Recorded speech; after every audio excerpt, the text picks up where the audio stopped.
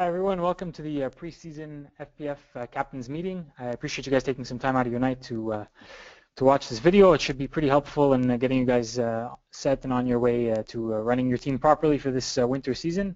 I think we can all agree that it's probably a little more convenient to watch this from the comfort of our own home than to drive out to Concordia campus like we used to do in previous years. So without further ado, let's get started.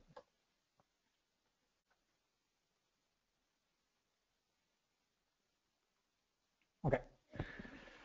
So I'm going to get started with the introduction slide here. So as you all know, it's the winter 2016 season that's about to begin. It's our 12th year in operation as FPF, our 22nd season overall. So we're definitely getting up there in years. Some of you guys have been with us from the very beginning. So we appreciate your loyalty to the league, and for the new guys, well, welcome aboard.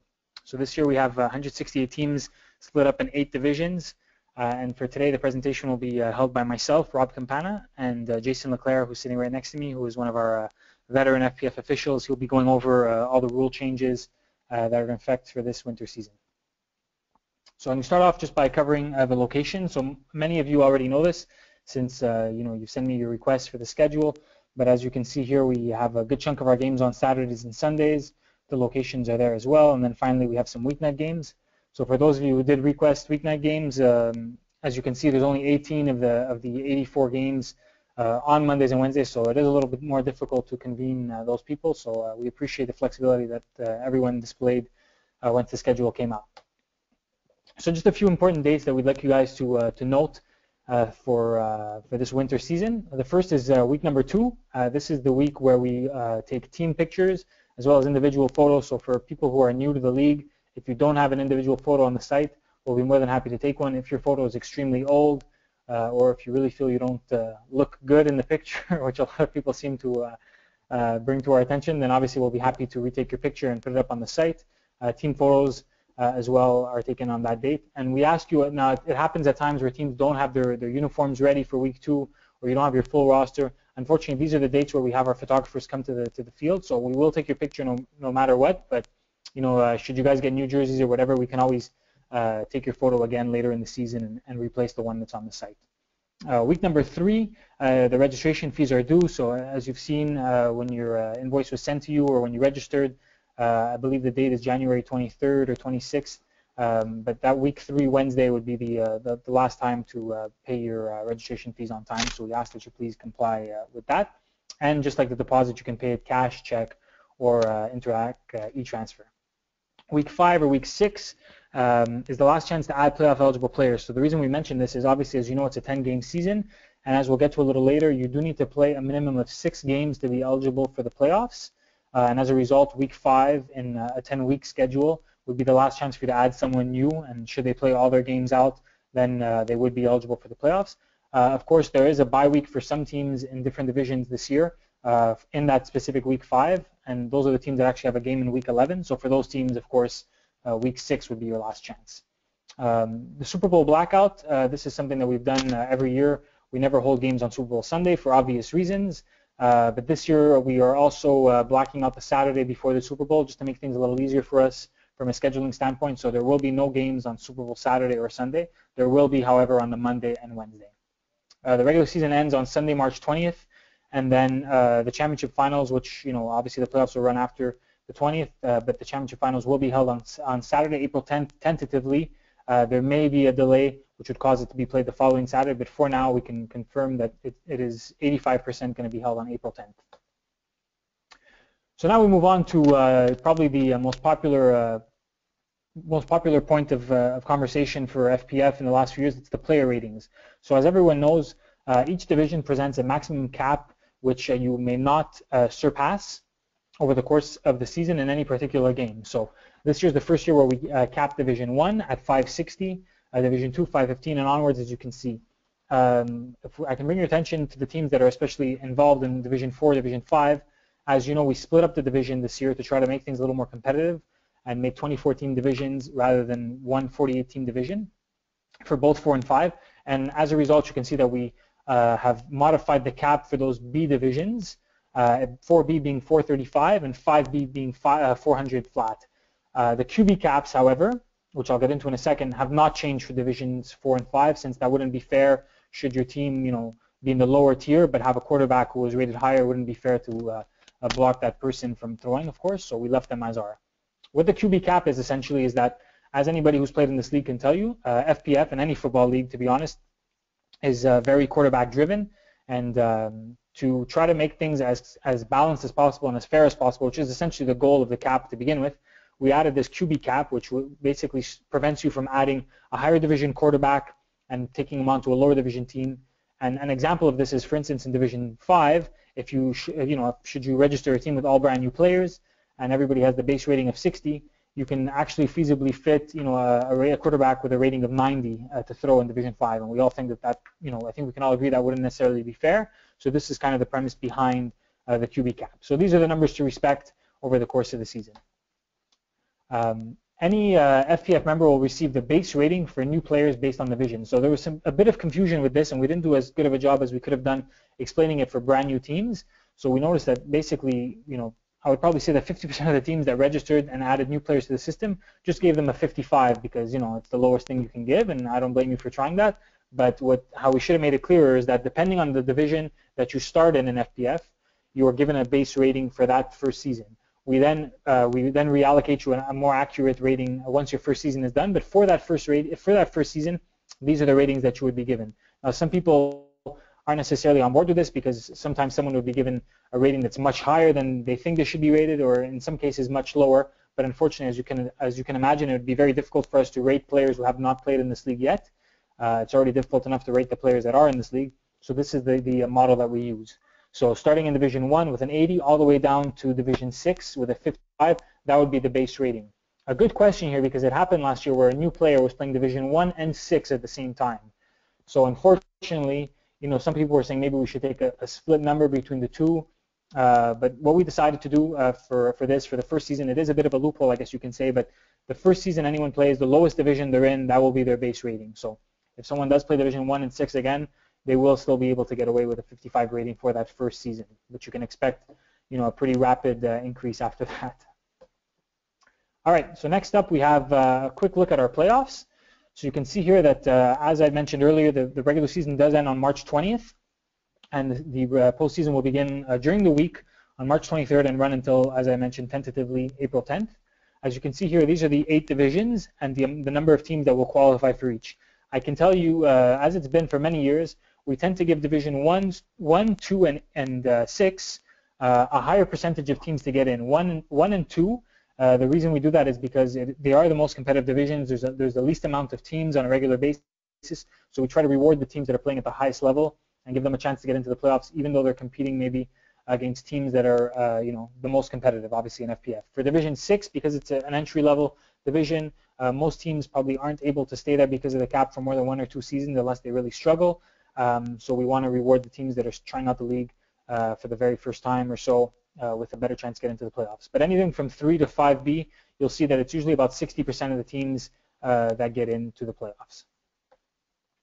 So player ratings, one quick thing that I wanted to mention here is something called the no defense rule, which is a very hot topic because a lot of captains have approached us about the idea of taking on a higher division player to possibly just throw the ball for them on offense, which we could give you a second rating, a quarterback rating. However, some of these teams, the issue for them becomes defense, because if that person plays defense, they automatically go above the cap. So the question they have for us is, if they're not playing defense, would they be able to find a way to not make that person count against the cap? And the answer is no. And the reason why is what I just stated there right after it is in-game policing. Unfortunately, it's difficult enough for us to regulate a lot of things that go on in this league. So to actually have to watch each team play every single game and make sure that specific player didn't come on for 1 or 2 plays would be quite difficult, as you can imagine. So unfortunately, the rule that many of you requested about having basically ignoring a defensive rating cannot be done. It won't be done this year, and maybe we'll revisit it in the future. But as of now, I can comfortably say that we don't think we'll be changing that.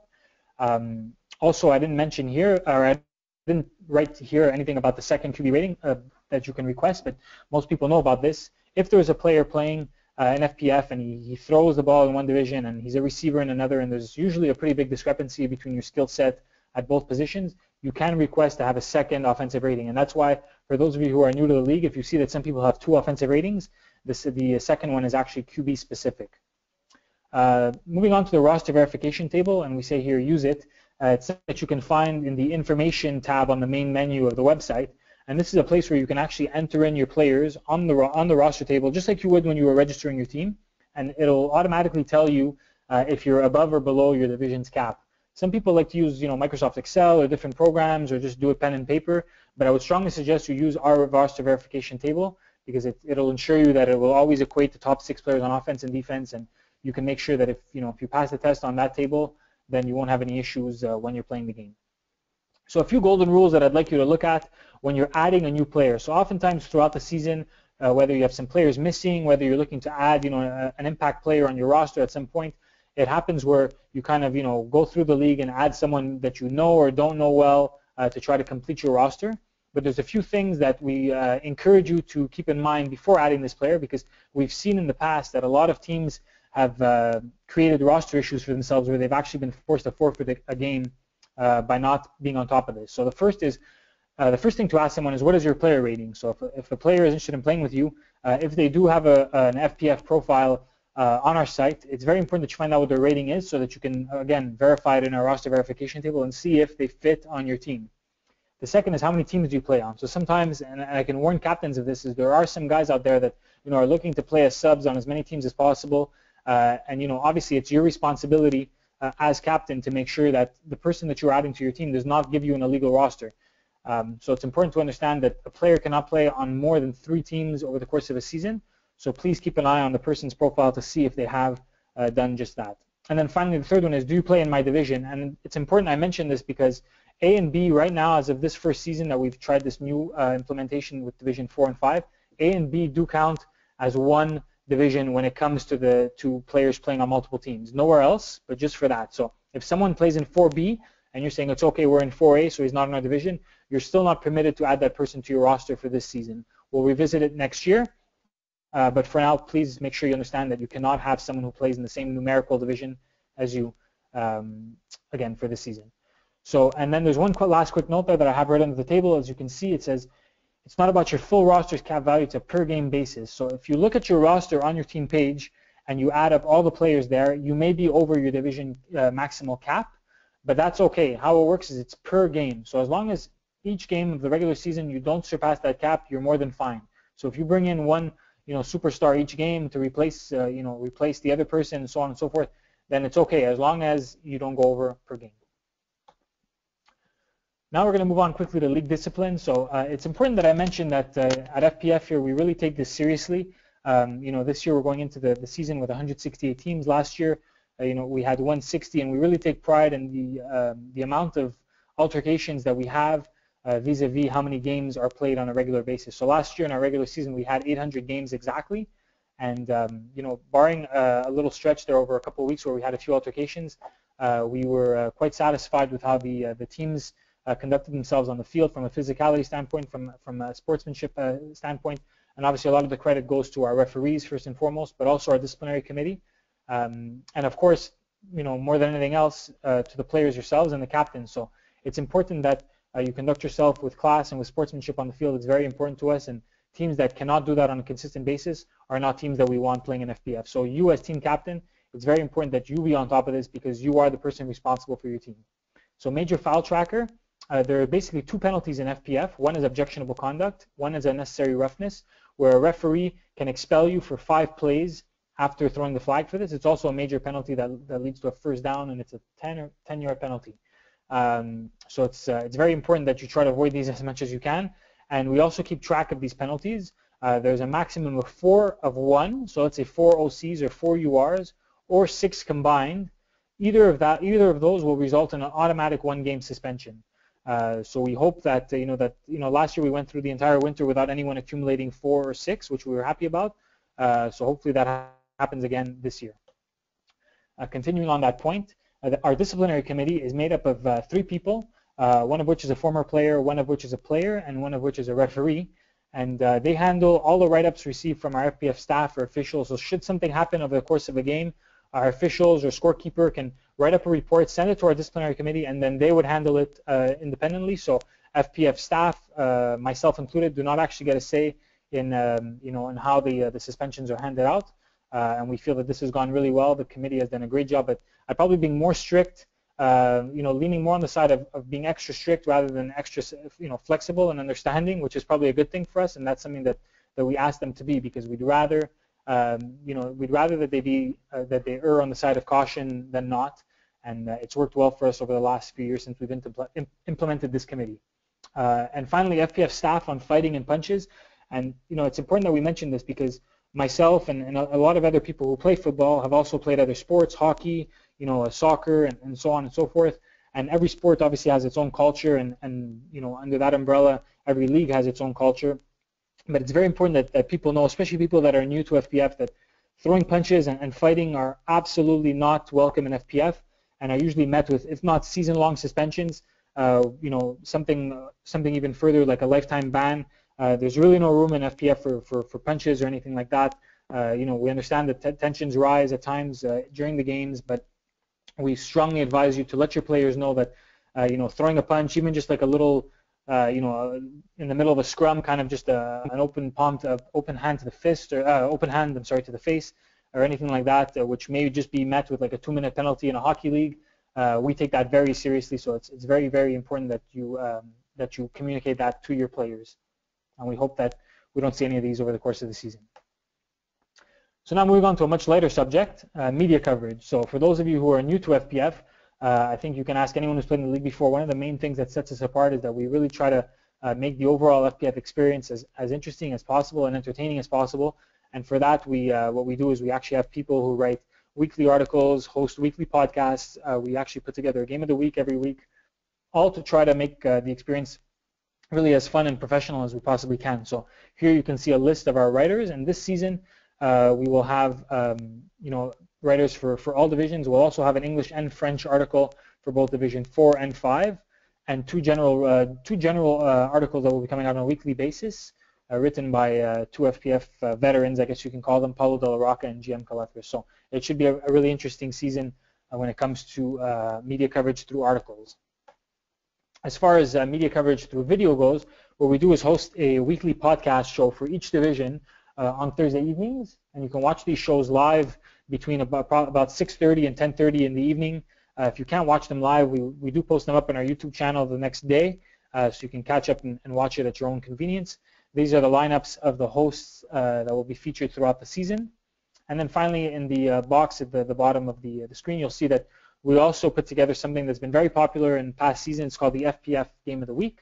So starting week 3, our main man, David DeAndrade, will be the person who will be posting up the choices each week for the finalists, or candidates, I should call them, for the Game of the Week, where you, the players, can actually vote on our Facebook group. And the game receiving the most votes ends up being the Game of the Week, which is filmed, edited, and posted online, and packaged up kind of in a highlight style video. Quite fun to watch and always enjoyable. So obviously guys always enjoy seeing themselves in the video, so get out there, get your guys in the Flag Plus Facebook group, and hopefully they can vote and get you guys a Game of the Week. So a quick look here at FPF on social media. We're quite active on social media. We're always trying to be a little more implicated. So as I mentioned earlier, we're on Facebook, both from a page perspective, where you can get a lot of information directly from the Flag Plus football staff. Stuff like articles and all that stuff is posted directly on our page. And then the group, which acts as more of a forum where players can chit-chat and look for players and whatever the case may be, and it's quite active with over 1,000 members in that group. And then obviously we've always been on Twitter. It's a few years now, so you can always contact us at Flag Plus. We recently just started up on Instagram. Flag Plus is our name. And then obviously on YouTube as well, you can find our podcasts and a few other videos. And if you want to hashtag us on either Instagram or Twitter, you can hashtag FPF. So a few last important points before I hand it over to Jason, who will be discussing some rule changes. So uniforms is the first thing. Pennies is something that we offer to our teams when there are color conflicts. So should you show up to the field and the team that you're playing against is navy blue and you're navy blue, obviously there would be an issue. So we carry FPF pennies that you can wear for the game. But it's important that we clarify that these will only be held for color conflicts this year. It's very important that we keep the pennies free. There were a few teams that were kind of short on jerseys last year and asked us to use the pennies as their de facto jerseys, which we were happy to do temporarily, but it's important that teams understand that the pennies should really only be saved for emergency situations.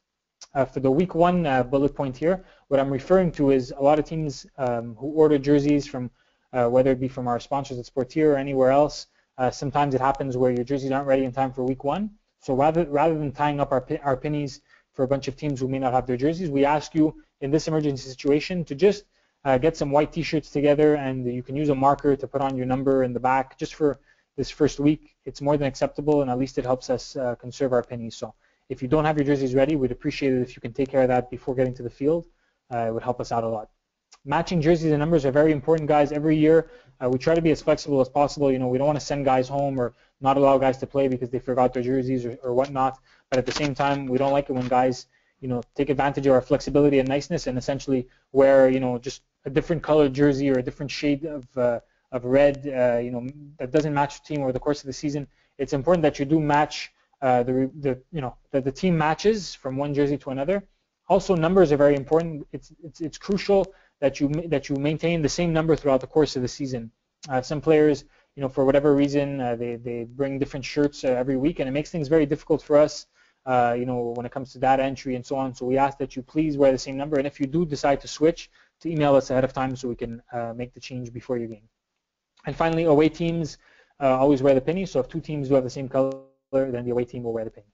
Adding players to your roster. So I got a lot of emails about this from new teams in the last few weeks. They say, well, what happens if we want to add a new guy to the roster? First things first, you are permitted to add a player to your roster at any point throughout the season, all the way up until the last game of the season. So just to be clear, if in week 10 you want to add a new player, you are permitted to, but the key rule is a player has to play 6 games with you to be eligible for the playoffs. So how do you add a new player to your roster now that the season is about to start? Once you show up to your game and the first time the player is there ready to play with you, you just add his name on the game roster card that you would give to your scorekeeper before each game. You can add that player's name, and if we see that it's not listed on the list that we currently have, then we'll gladly add it ourselves when we input the stats. And also important, if a player has not played in the league so far yet this year, that he submit the player contract before his first game. So just to be clear, if someone plays in another division and they've already submitted their player contract, they don't need to submit another one when they play with you. It's just for someone who is new to the league for this season. And then finally, please write the name clearly or email us in advance. So when you're submitting, you know, your player roster card before the game, especially for players who are new, and you know, basically we're basing ourselves on your handwriting to add this player to our database. So please try to make this as legible as possible. Or if you can, email us in advance telling us we'll be adding such and such a player, and we'll do it before your game. Next is player releases. So a few years back, we had started this where players can ask to be released from a certain team as long as the releasing team captain agrees. And we do this because of usually first and foremost, you know, money issues. Should a player, you know, not have paid his fair share, we don't want guys just, you know, leaving a team high and dry to join someone else when he hasn't been fair to the last team. So this is where we ask for the past team's captain to accept and to finalize. Please understand that you can this release is only effective at the end of the week. And what do I mean by that is, let's say someone plays on their 3rd team, which would make them ineligible to join a 4th team on Saturday night. And then on Monday, they decide they want to play on another team. So they say, okay, I'll release myself from the team I played on Saturday so I can play tonight. Unfortunately, you cannot be released in the middle of a week. So you have to wait for Wednesday night to be over and for the following week to begin, and then and only then would you be able to be released. A player is only allowed to be released once over the course of a season, and the last week to release a player is week 7. I write here, remember the objective, and the point is that the reason we put this in is because let's say someone started the season playing on a team, and whether they didn't like their role or they didn't like, you know, the overall experience of the team, and both sides decided it was fair to part ways. This is the reason we essentially allow people to be released. It's to not have to handcuff someone to a team for the entire season. The goal is not so people can bounce around from one team to another and be like a rent-a-player. So this is why we remember the objective. This rule is there to help you, but we don't want teams to take advantage of it either. And then the last note here is injured players must be present to receive a game played, but will no longer count against the team cap. This is new. We changed it from last year, which we thought we were probably a little strict, and a lot of teams had complained about that with reason, and we decided to change it. So now if a player is injured, he's at the game, he could still get the game played, but he won't count against your cap. Doctor's notes will only be accepted if we judge a player was not able to be present at the field while sick or injured. So if someone, twisted their ankle, or if someone has, a broken pinky, they have a doctor's note, well, we still expect them to be at the field, and we're pretty harsh on this and pretty strict because we don't want teams taking advantage of this. Essentially, everybody has access to doctor's notes realistically, and we don't want, half the players in FPF getting playoff eligibility because they have a doctor's note. So please use this as fairly as possible, and we'll handle each case in a case-by-case manner.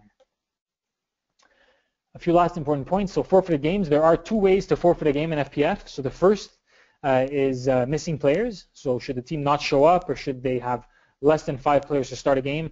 Well, actually, here we'll start with the point where if they are present at the game but they're less than 5, what we do is we give them till the start of the game time. So let's say the game was scheduled for 6 o'clock and they don't have the necessary amount of players. 6 points will be given to the opposing team, and then every 5 minutes we will add another 6 points until we get to a score of 30-0 at halftime, in which the game will result in a forfeit. So the reason we do this is that previously, if teams didn't have the amount of players at the beginning of the game, we gave like 5 minutes grace period, and then essentially the game was over. The goal here is to give as much. We're trying to be as flexible as possible. Where in the situations where people are running late to the field, at least we're giving you up to halfway through the game to get there. But at the same time, we're rewarding, or I should say, penalizing the team that's late, which I think we all can agree is fair. And of course, if no one shows up, well, that makes everything easier. There's a forfeit immediately. For violating rules, which is the second option, there's different ways that this can happen. Obviously, exceeding the cap, whether it be QB cap or a team cap, that's obviously the most common. Another one could be illegal players, and just something to keep in mind: in-game violations. So dual ratings. If you have a player with dual ratings on your team, be very careful. And an example of this is, let's say, a player who has 2 offensive ratings. So one as a quarterback and one as a receiver. If he is to throw and receive a pass in the same game, then automatically we will use the higher of the 2 ratings. So if someone is a 95 as a quarterback and a 75 as a receiver, and he's playing as a receiver in Division 4, counting as only 75, should he only attempt 1 pass, then automatically his 95 offensive rating will jump in, which will most likely put you over the cap. And vice versa, of course, if it's a player who has a higher receiver rating and catches a pass, the same effect will take place. Even on extra points. Even on extra points. So thank you, Alex. So even if it's not actually tracked in the game stats, should the scorekeeper catch it, then that counts as well. So as I write here, please be on top of things, guys. You're the team captain. It's very important. There's a lot of rules in FPF, little things like this that can, essentially cost you a game, and it is your responsibility as captain to make sure that they don't happen. A few last reminders, advice to captains. So these are just a few quick tidbits that we can give you, especially if you're a new captain. The first is check for jewelry and pockets yourself. So once the game starts, referees are required to throw an objectionable conduct penalty on any player that they see with pockets or jewelry. So as team captain, just take a quick look before the game starts. It'll save you that penalty. Carry an extra pair of shorts or jersey with you. It doesn't take much to just throw an extra pair in your bag, and if someone's missing something, at least you have it there for them to use. Keep game sheets, player contracts, and a pen on hand. That's also a good thing to keep in your bag, so you to submit your roster before each game, which is mandatory to the scorekeeper. Player contracts, someone you want to come in, it's always a good idea to have some. And control the players who need controlling. So obviously this is pretty, I think it's pretty clear based on what we write here, but I think each team, more or less usually has 1 or 2 guys that, have a hotter temper than some of the other guys on the team, and we usually tend to know who these guys are ourselves. So as captains, it's important that we keep an eye on them and we, pay extra attention to them, because at the end of the day, they are players on your team, and as captain, it's important that we keep everybody in line. Registration fees, as you know, are the total fees are $1,975 per team, and the fees are all due by the end of week 3. So it's important, and we ask you to please be on time with your payment. Everyone was very cooperative when it came to the deposits, which we appreciated. So the same thing we ask of you for the final payment. And as I mentioned earlier, you can pay this via cash, check, or Interac money transfer. Collecting fees from your players as early as possible. We've seen over the course of the years that, as a captain, you're essentially the de facto money collector of your team. And, just for you guys, for the peace of mind, it's always easier if you're able to collect from your players beforehand, There's less of a risk of guys just picking up and leaving on you, whether they're not upset with they're upset with their role on the team or whatever the case may be, and they decide, you know what, I'm not paying you the rest of the balance that I owe you. As captain, your best bet is always to collect from guys, you know, before the season. It just makes your life a lot easier. So hopefully you can do that. Pre-game, so before each game, it's very important that you submit your roster card to your scorekeeper. The earlier the better. So what some captains tend to do is they'll be warming up and so on and so forth, and then as soon as the previous game ends, then they'll run over to the scorekeeper and give them their roster card. If you have it ready and you're at the field, we appreciate it if you can actually give it to your scorekeeper, you know, as early as possible. You know, in between plays on the previous game when he's working, he can actually start to fill in your roster, and it'll just make his life a little easier.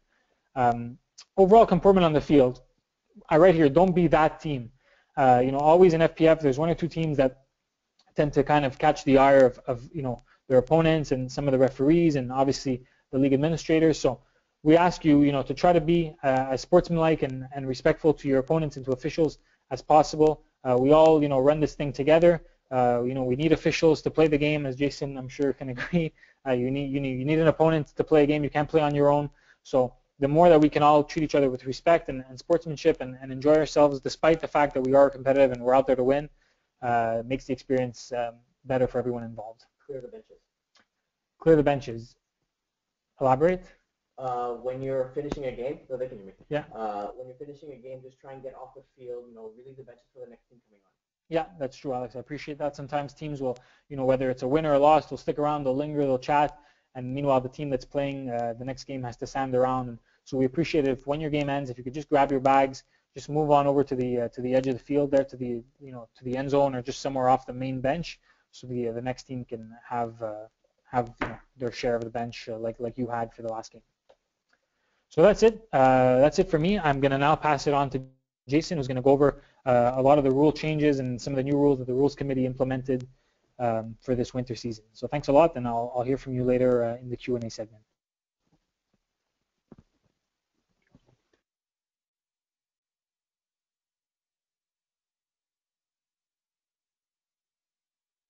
Okay, guys, this is Jason Leclerc here. I'm an FPF official, have been for 6 years now, going into, I guess this is my 12th season. I'm on the Rules Committee. It's a committee of 6 active members plus Rob. The 6 members are all named by Rob himself. So on the committee, aside from myself, there's Tom Cesare, that some of you know. He is a CFL official. Walter Berry, who is a former CFL official and who is actually the rules editor for Canadian Amateur Tackle Football, as well as myself and 3 players who are appointed on a yearly basis by Rob. So all of the rules that were implemented this year, as same as every other year, were voted on by the Rules Committee. After the new rules that were voted on by the committee, there were a few clarifications that were into the rulebook, once again upon agreement of those on the committee. So I'll get right into it. On the screen, you're going to see a bit more technical wording than the wording that I'm going to use to explain this stuff to you. So for those of you that are avid rules readers, you'll understand the lingo on the screen. I'll try to say it in layman's terms for you guys. And of course, at the end, there will be a Q&A session. If you have questions for Rob or myself, we'll be taking your questions at that time. So let's get right into that. This is probably the biggest rule change. I know that Rob mentioned it on the Facebook wall, so here it is in a nutshell. Punting, if you decide to punt from your own end of the field, it'll be just as in the past. The ball will go to the other team's 10-yard line. And if you decide to punt once you have reached the midfield or beyond, it'll be similar to a coffin corner kick in tackle football punting, and we'll put the ball on the other team's 1-yard line. So for anybody who's reading it on the screen, if you see things like Team A or Team B, Team A is the team with the ball, and Team B is the team that is on defense up until that point. And I'll clarify any other little referee geeky abbreviations if they do come up on the screen. Another thing about punts, this is more of a clarification than anything else. We never really said anything about this in the rule book, but now we've made it clear. If you intend to punt, you need to tell the official that before the 20-second clock is whistled in by the referee. Once the time is blown in, you can't change your mind and then turn around and say you want to punt without taking a timeout or a delay of game. Down with contact, this is inspired by a CFL rule. If you have a receiver and a DB jumping into the air, colliding in midair, then the receiver catching the pass, and then the two guys fall on the ground, we're going to blow that play dead. We're going to give the guy the catch, and the play's going to be over. In the past, according to FPF rules, the guy wasn't deflagged, the defender didn't get up and then touch the guy, so in theory the receiver was allowed to get up. We're just going to avoid any possible nonsense that could happen with that and just blow the play dead as soon as two guys go to the ground. Converts, we've had teams in the past say, I don't want to go for a convert, and we've allowed offense to decide not to do that. And we've then had offenses that have wanted to go for their converts, and defenses saying, well, okay, we just want to save time and give them the convert, and we haven't been allowing that. We've put in a new rule this year that we will allow the defense to give up the convert if they want to do so, and if they do, it's going to be automatically 2 points. Okay, we have a rule whereby if the defense commits a foul on a convert attempt and the convert was failed, for example, we have a defensive pass interference in the end zone and the convert was failed, the offense is going to be allowed, obviously, to retry that convert attempt, and they're allowed to change their mind to go for 2 at that point if they had previously been going for 1. A little bit of static came up last year where we put the ball on the 1-yard line on a subsequent 2-point convert, turning what was a 5-yard penalty into a 9-yard penalty. So we've put something in now that says that you can't go further than the distance you were on the initial convert attempt.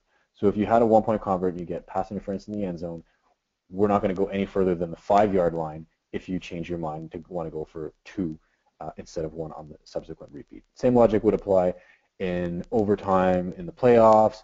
If you were going for a 1 and then you want to go for a 3 on the repeat, we're not going to go any closer than the 10-yard line on the 3. So stuff at the bottom of the screen just gets it a little bit more into that, but I've already covered it for you guys. Okay, if we have a last man back rule on convert attempts, so for some of the new captains, this may be a little bit unfamiliar to you, especially if you've played tackle football. In FPF, if you intercept the convert attempt, you can return it for the same number of points that the team was previously going for. So if I'm going for 1 and you pick it off and you bring it all the way back into my own end zone, that's 1 point. And then we had some situations that came up in the past where the last guy back would purposefully foul the guy who made the interception. Maybe he would hold him or even take him to the ground or whatnot. So we put in a rule a while back saying if that happens, well, we're going to give the points automatically. What we didn't have was a clarification that the play should be over at that point. And at this point, starting this year, if the last guy back does commit a foul on the guy who makes the interception returning it, then we're going to blow the whistle and give them the points. And I'll just take a second to remind you, this only applies to the last man back on converts. If you have an interception on a regular play from scrimmage and the last guy back holds the DB on his way back to the end zone, we're not blowing that play dead. The team could possibly commit another foul, could run backwards, lose more yards, all kinds of other stuff can happen. So the last man back rule, where points are automatically given, only applies on intercepted converts, and the whistle blowing as well, in that case, would only apply on intercepted converts. If both teams commit a foul on a convert attempt after the defense intercepts it, we never really had any rules on how we were going to balance the penalties.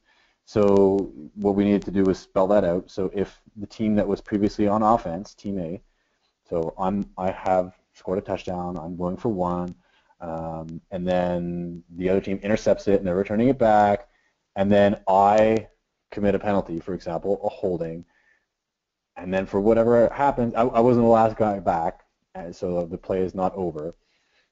And then the other team commits flag guarding penalty, for example. Well, we needed to have some wording into how we were going to balance those. So basically we said the team that was previously on defense that made the interception needs to get some kind of advantage over the fact that the other team committed the first foul. So since last year, this goes back a while, we give them a 1-point convert attempt or a 2, depending on what the team previously on offense was going for.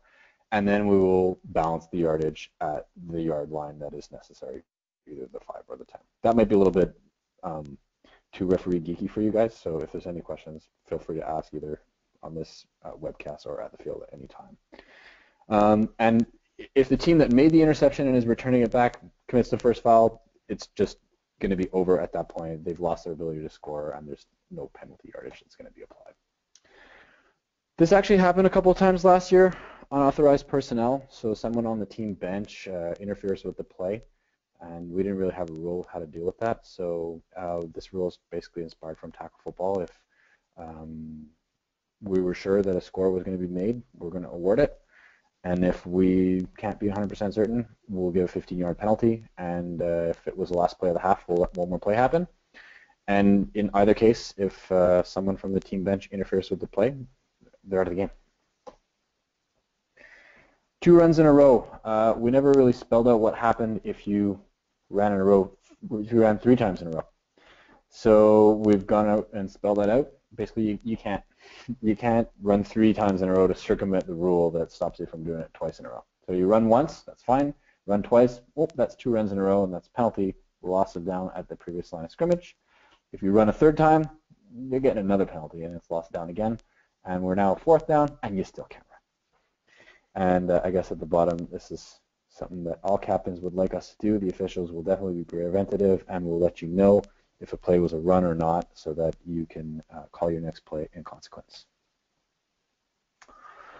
Last play of the game, so we had a loophole in the rulebook up until now that said that if you were applying the penalty yardage from the point of the foul, that the downs would be continued. So if I had defensive holding after the first down was gained on the last play of the game or last play of the half, well, in theory, I had to continue the downs and my half was over, which didn't make a heck of a lot of sense because in most football sense, you need to have another play if you have an accepted penalty on the half. So we're going to definitely go ahead and allow that. We've got rid of that loophole. We felt that if the defense held the receiver, that it wasn't fair to just not throw a flag or to pick up that flag if the gain was greater. So we're going to allow defensive holding to be an add-on penalty moving forward. So you can apply it from the point of the foul, or if the guy gains more yards, we'll add it on to the end of that run. The last point here is mimicking snap cadence, so defense saying hut, hut, hut at the line of scrimmage, and that draws the offense offside or even is construed as an attempt to do so. The defense is going to get a 5-yard procedure penalty for doing that.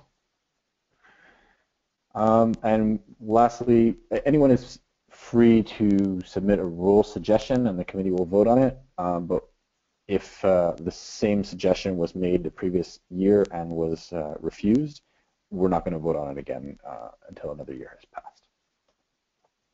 That's it for the new rules. What's left is just clarifications at this point. There's a couple of pages of that, so please bear with me. This is mostly stuff that, again, there were little loopholes in the rule book or things that were just not worded properly or completely missing that we've corrected. So we didn't have a rule for illegal substitution up until now, and we've basically made it really simple.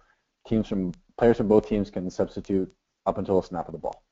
So there's no notion of once the offense has left the huddle, there's no more substituting, or you're 5 and someone runs on. It's okay. As long as there's 6 guys at the snap of the ball, that's fine. Or less, of course. And the officials will take their time blowing the play in if a team is, substituting out the back of the end zone in one of those middle field or whatnot. So don't try to just run up to the line of scrimmage and try to throw, a 40 bomb in that area and then beg for a too many men penalty. We're just going to take our time blowing that play in. Obviously, if they're taking advantage of it, we're going to get them to hustle off, and if we have to, we'll flag them for delaying the game, but we'll, again, be preventative. Another one, penalties behind the line of scrimmage. For the longest time now, if you have an offensive flag guard behind the line of scrimmage, we were penalizing 10 yards and loss of down instead of just a 5, because the idea was that the quarterback could scramble back 7 or 8 yards and then flag guard and then maybe only get the 5-yard penalty. So we said that's no good. We're going to give them a 10. And to make that even, we're also saying if the defense holds the ball carrier behind the line of scrimmage, we are going to give them a 10-yard penalty and not a 5. Some fouls in specific situations. Up until this year, we were saying if the ball carrier commits a foul with the ball in his own end zone, so for example, QB flag guarding in the own end zone, that's going to be a safety. That's still a case. But what we've gone ahead and added is the same notion as tackle football. If anyone on the offensive team commits a foul in the end zone while the ball is also in the end zone, so for example, blocking in front of the ball carrier, that's also going to be a safety touch situation. Another little small loophole, if the final play of the half is a convert attempt and either team commits a minor foul, so offsides, holding, flag guarding, or whatever, either the convert is good, either the converts can be repeated, but we're definitely not allowing that penalty to carry over into the second half. Difference there with a major foul you can carry it over. You are under objectionable conduct, whatnot, but not minor fouls. Stripping the ball, so this was always implied, but we've gone ahead and written that in. If a player from either team tries to rip the ball out of the ball carrier's hands after it's been firmly secured, that's going to be a penalty. Unnecessary contact or unnecessary roughness, depending on the severity. And then a little trick that a lot of QBs like to do is hold that ball near their flag belt area, and if it gets knocked out by the rusher because it's in the area of the flags, we're going to call flag guarding. Elbows, this rule was always in the book. It always said that if you run with your elbows exposed, you'll be penalized. We never said for what, though. And then it caused a little bit of a debate because you could be running with your elbows exposed and not cause any contact. So how are we going to call you for roughing or unnecessary contact for that? That didn't make any sense. So we said at the very least, if you're running with your elbows flapping around near your flags, that's going to be flag guarding at the very least if there's no contact.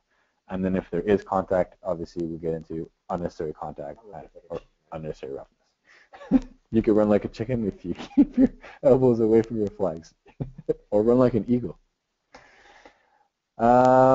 Okay, legally advancing. We've seen situations where a guy will fall to the ground and then roll forward, literally like barrel roll as though he was going down a hill or something. And we've gone ahead and put in a rule that says you cannot do that and gain yards. So if there's opponents around you or not, and you start to roll forward, we're going to blow play dead.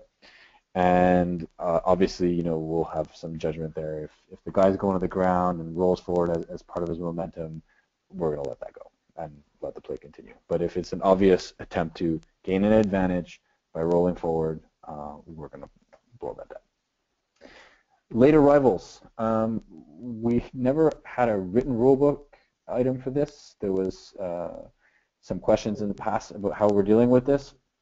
So if you have a player already on your roster who's played at least one game with you, he could participate in the game even if he's not present at the start of the game. And I believe up until now, there was a notion that he had to be there before the start of the second half. What we've gone in and said in the rulebook now is as long as he's an existing player, he's on your game sheet, he's played at least one game with you before, he's got the privilege to show up as late as he wants. He can show up just for the last play of the game if he wants to. But if that's not the case, he's a new player, he's got to be there at the start of the game, and he's got to be on the roster that is submitted to the score sheet at the start of the game. Otherwise, he cannot join once the first play has happened. Player requirements. So we talk about having a minimum of 5 guys to start the game, but what happens if you go down to less than 5 once the game is started? And we never really had anything that dealt with that, so here it is.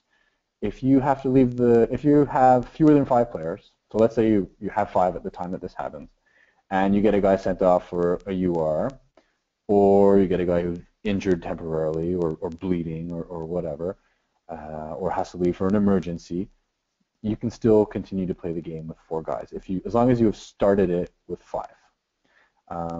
However, if you have less than 5 now because someone gets disqualified from the game, then you will be forfeiting the game.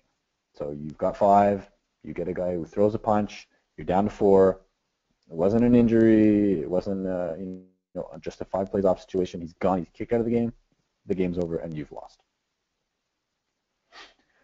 Last couple of ones, we never had a rule about tripping, so here's how we're going to deal with it. If there's a trip, it's going to definitely be at least an unnecessary contact, and if it's severe, it'll be unnecessary roughness.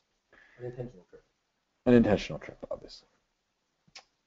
Pockets. This is something that Leo, our referee-in-chief, has emailed our officials about pretty much every season for the past 5 years, reminding us that pockets of any kind are illegal. They can't be sewn, zippered, taped closed, or you can't even wear your shorts inside out with the pockets hanging out like elephant ears.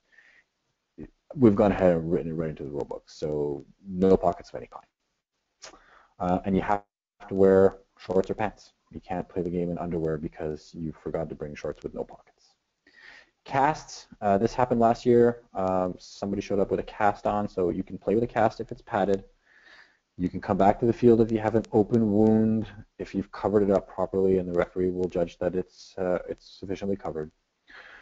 And then the second to last one's about the mercy rule. So up until now, if you had 18 points or more lead when we got to 5 plays, the game was over. If you had anything less than that, we were going to be playing out the 5 plays if we were going by the book. And some teams would want us to end it if they got to 18 after that. Some officials would want to end it. We just didn't have any consistency on it, and we've now gone ahead and made it 100% consistent so that if we get to 18 points, anytime once the time is expired, so if it happens at 5 plays or with 1 play or 2, it doesn't matter. The game is over once we get to 18, no questions asked. And the last one is illegal flag belts. So we had a rule for the offense having an illegal flag belt, so you know how the referees would come and check your flag after a long touchdown run and make sure that it wasn't knotted or whatnot. Well, we didn't really have any rule to deal with what if the defense had an illegal flag belt on an interception. So if that happens, we'll go back to the point of the interception and we're going to back them up 5 yards and they'll still be able to keep the ball at that point. So that's about covers it for the rule stuff. I'll turn it over to Alex. Yeah, thanks, Jason. So we do have one extra clarification here for the safety rule. The question that says, if you could snap the ball to a QB in the end zone and subsequently the snapper commit a rusher interference penalty, is that considered a safety? That's a very interesting question. If the snapper was to back up from the 1-yard line into the end zone and commit the rusher interference at that point, which is highly unlikely, but if he finds a crafty way to do it, then yeah, you would have foul in end zone, ball in end zone, therefore safety situation. Great. In terms of other questions, let me just look at these here. I think rulebook-wise, that's about it. That's about it.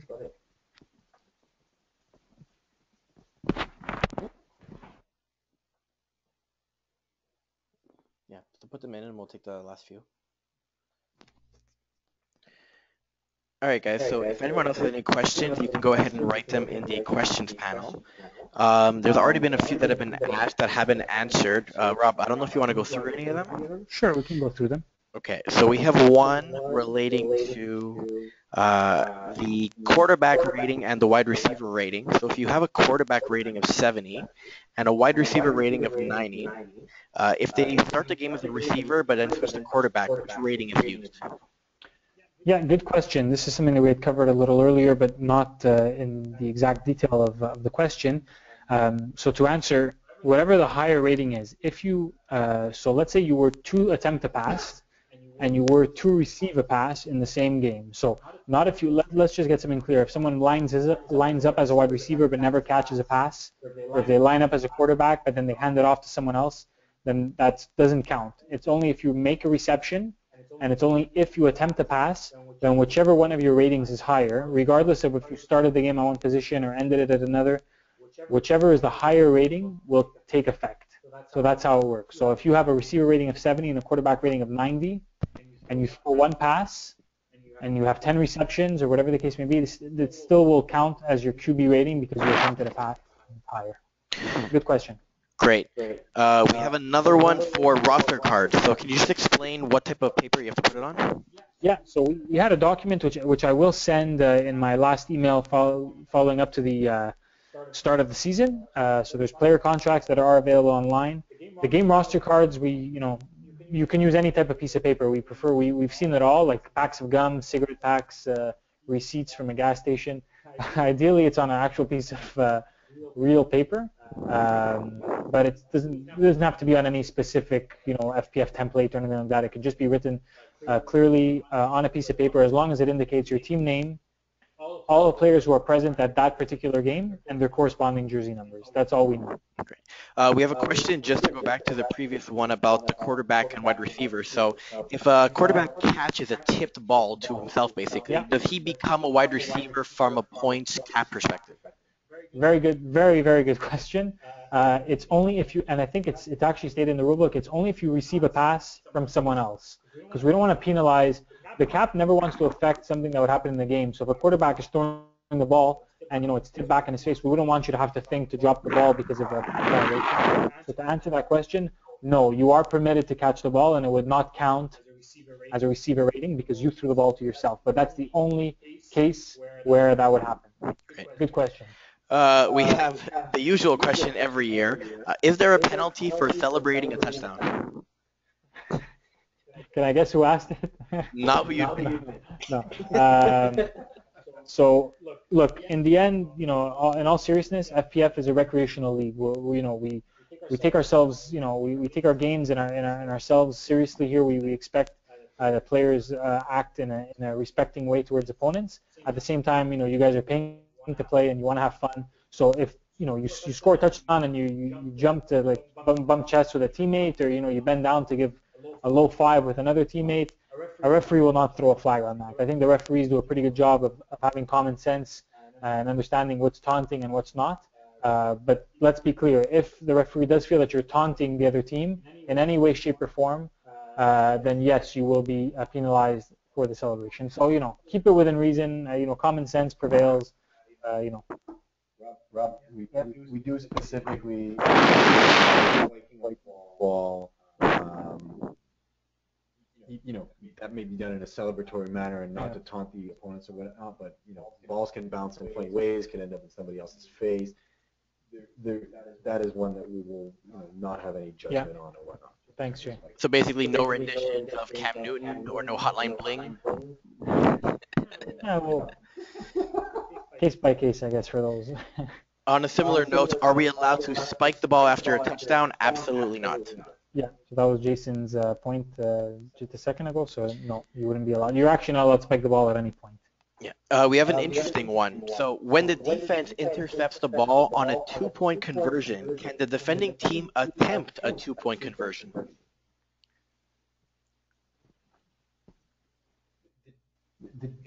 Okay.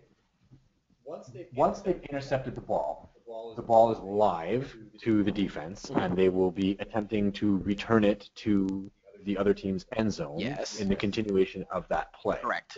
And let's say the offense gets the penalty. But I'll get to that. If they score, they have scored a 2-point conversion. Yes. If the last offensive player back, for example, the quarterback, holds that guy, they have scored a 2-point conversion. Yes. Well, if the second to last or any other guy on the offense interferes with that guy, the team that did make that interception indeed will attempt a 2-point convert, and only a 2-point convert. They cannot go for one. It's only going to be 2 in that situation. Absolutely. And vice versa. If it's a 1-point convert, then they would only be able to go for 1. So you don't have a choice in this case. It really corresponds to the value of the attempt from the opposing team. And one more, going back to the touchdown celebration. So just another clarification as to the logic and the rationale behind that rule. Well, the logic and rationale is quite simple, is that, when we're playing competitive sports, everybody wants to win and tensions can mount. And in any game, in FPF or in another sport, sometimes all it takes is for a player to, celebrate in the face of an opponent when that opponent is at his worst point, having just, let's say, been, beaten for a touchdown from his opponent. And, it's flat out just sportsmanship. I mean, you see it even in the NFL. You're allowed to celebrate within reason, but anything that crosses that line will be met with a flag, and we do the same thing. In the end, our goal is to limit altercations as best we can, and we understand that and we've seen it in the past where what players think is an attempt at just having fun and celebrating with teammates can be interpreted in a completely different way by an opponent. So that's why we try to limit that. And this also applies for when giving someone back their flag. Yeah, absolutely. Well, that's something that we implemented a few years back. When you deflag someone, you are required to hand them back their flag. It's just a sign of respect. In the early years of the league, people would deflag someone and just toss the flag on the floor, and it was just the culture of the league at the time, and it wasn't. I thought it was very anti-sportif, as they would say in French. It was. So we changed that up, and you are now required to hand back the flag. Yes. And the penalty for unsportsmanlike, it's objectionable conduct. Yeah, so we're either going to call all the way an objectionable conduct in this situation, or we're not going to call anything. There's no procedure penalty against the defense, and no 5-yard half-ass penalty for not handing the flag back. We're going to be preventative about it. You're going to hear us loud and clear the first time it happens. So give him back his flag. But if we have to penalize somebody for it because it's being done deliberately, if he's throwing it away, if he's throwing it in the guy's face, that's an objectionable conduct. Even for spiking the touchdown, that's the objectionable conduct, and you're thrown out for 5 plays? 5 plays and 10 yards, absolutely. Yep. And if it was in a not giving the guy the flag back situation, more than likely this is against the defense. And if you have an objectionable conduct penalty against the defense, it's also an automatic first down. Cool. We have another one for not only just stripping the ball, but knocking the ball out of receivers. And after he's caught it, is that allowed? I'm talking about a bang-bang play instantly after the receiver catches it. Yeah, okay, so that's a very good question. Possession is gained once you've stopped the rotation of the ball and you've established an inbounds position. Okay, so you've got both feet or one knee, one elbow, one backside, one hip, whatever else, inbounds. Once the possession is gained, then you cannot play the ball. If possession has not yet been gained, it's football. You're going to try to play that ball. It becomes a referee judgment situation. So has possession been gained or not? Has there been an element of time? Like has the ball just thudded into those gloves and then you're swatting at it? I highly doubt we're going to be calling a contact penalty for that. If he's caught it, he's landed, and now you're swiping at it like you would typically see a DB try to do in tackle football, that is absolutely not allowed. If there's an element of time, telling you, so I can count to 1,000, it's definitely a penalty. That's it in terms of questions right now. Rob, you want to hold on for a few more minutes, or are you supposed to wrap up? I think we can start to wrap up. If we get one last one as I wrap up, then we can get it. Obviously, if ever you have any other questions, you can always email us. You can ask them directly on our Facebook group, which acts as a forum. There's many ways to contact us. So I want to thank you guys for your attention over the last 45 minutes or so. Jason, thank you very much for going over all the rule changes. I know it can be a little black and white there and boring at times when it comes to skimming through the rulebook, but Jason did a good job at explaining those key rule changes that will definitely change the way certain decisions are made by you, the captains, over the course of the season. Alex, aka Eagle, at Master Control, thanks for helping us out with this. And that's it, guys. So again, the season starts on Saturday, January 9th. This video will be accessible, and viewable online on our YouTube channel, so you can check it out there. And as always, if you have any questions, you can contact me directly at robert@flagplusfootball.com or email us at info@flagplusfootball.com. And that's pretty much it. We look forward to seeing you week 1, and I wish you all a very good season, and I wish you the best of luck from week 1 to 10 and hopefully the playoffs. Take care and all the best.